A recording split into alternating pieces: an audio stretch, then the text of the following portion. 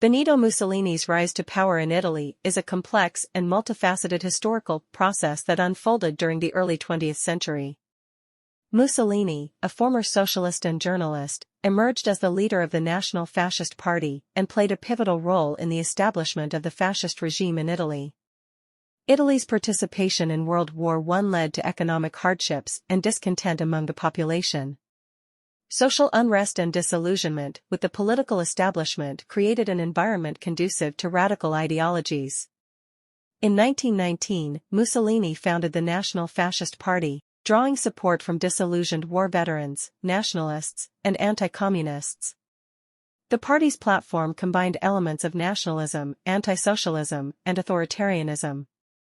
Facing political turmoil and fearing a potential communist uprising, King Victor Emmanuel III invited Mussolini to form a government. In October 1922, Mussolini and his supporters organized the March on Rome, a show of strength that pressured the king to appoint Mussolini as prime minister. Mussolini gradually consolidated power, dismantling democratic institutions and suppressing opposition. The Acerbo Law in 1923 and the Matteotti crisis in 1924 were critical moments, showcasing the erosion of democratic principles. By 1925, Mussolini had transformed Italy into a one-party state with himself as Il Duce, the supreme leader. The Lateran Treaty with the Vatican in 1929 solidified his regime's domestic support, while the Abyssinian crisis in 1935 further enhanced his popularity through nationalist fervor. Mussolini forged alliances with Adolf Hitler's Nazi Germany, culminating in the Rome-Berlin Axis in 1936. This alignment would have significant consequences during World War II.